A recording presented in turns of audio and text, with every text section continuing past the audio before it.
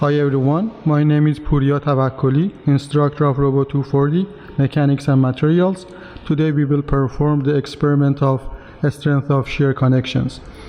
The objective of experiments are to understand the difference between single shear and double shear connections, experimentally determine the strength of both single shear and double shear connections, experimentally determine the ultimate shear strength of a material, and compare the ultimate shear strength of a number of materials. This structure is called single shear connection. When the plates are loaded, shear stress is developed in the pin. And since only one surface resists against the loading, this connection is called single shear connection. This connection is called double shear connection. When plates are loaded, shear stress is generated in the pin, and as you see, two surfaces resist against the loading. That's why this connection is called double shear connection.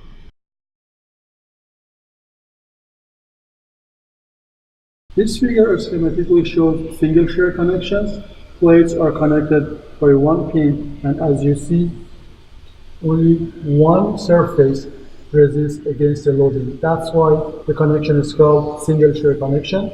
Pin is circular. That's why its cross section is calculated by pi over 4 diameter squared. Today we will test single shear connections for one pin, two pins, and three pins, all made of aluminum. This figure schematically shows double shear connection. Plates are connected by one pin, and as you see, two surfaces resist against the loading. That's why this connection is called double shear connection. And total shearing area is calculated by 2 multiplied by pi over 4 diameter squared. For double shear connection, we will test it with one pin made of aluminum, again one pin made of copper, and at the end with one pin made of brass. We will use SATEC model T5000 for shear test. As you see, I have already mounted single shear connection plates. Single shear connection plates, they are connected by one pin made of aluminum with diameter of 0.188 inch. When I run the machine, the lower crosshead will be fixed and the upper crosshead will move upward, and it will produce shear stress in the cross section of the pin. The load will increase until the specimen fractures, and at the end we will measure PK, peak load, in pound. As you see, single shear connection is already mounted. The plates are connected by one pin made of aluminum. The diameter is 0.188 inch.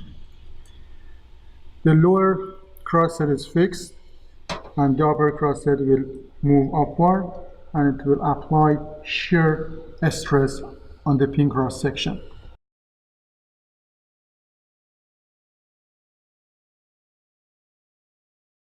Now I'm raising test speed very slightly.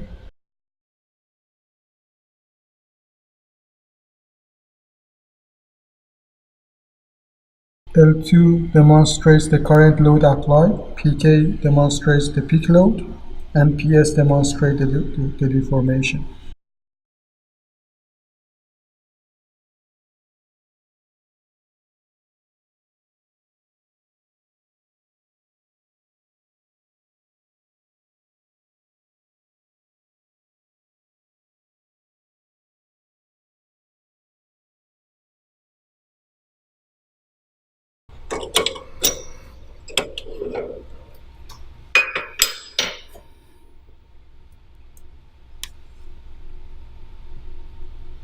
Look, the specimen has fractured through one surface.